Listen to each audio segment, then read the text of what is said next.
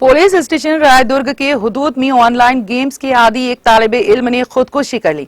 तफसीलात के मुताबिक 14 साल रियांश रेड्डी ने रायदुर्ग के माई होम बोजा ब्लॉक के ऊपर से छलांग लगा दिया, जिसके नतीजे में उसके जिस्म से शदीद खून बह जाने पर उसकी मौके पर ही मौत वाक़ई हो गई।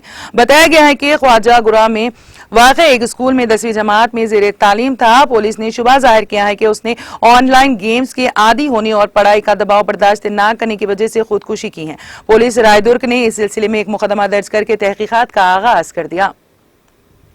दुर्गम పోలీస్ స్టేషన్ పరిధిలో ఉన్నటువంటి మహం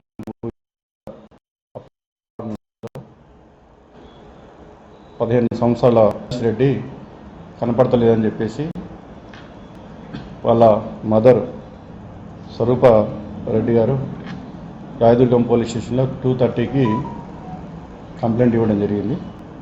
ఆ ఫిర్యాదు మీద 363 మిస్సింగ్ కేసులో మేము కేసు నమోదు చేసుకొని వెంటనే పరిశోధన ప్రారంభించినప్పుడు చుట్టూ కూడా ఎగ్జిట్లో ఉన్నటువంటి మై హోమ్ గేట్స్ అన్ని కూడా పరిశీలించడం జరిగింది।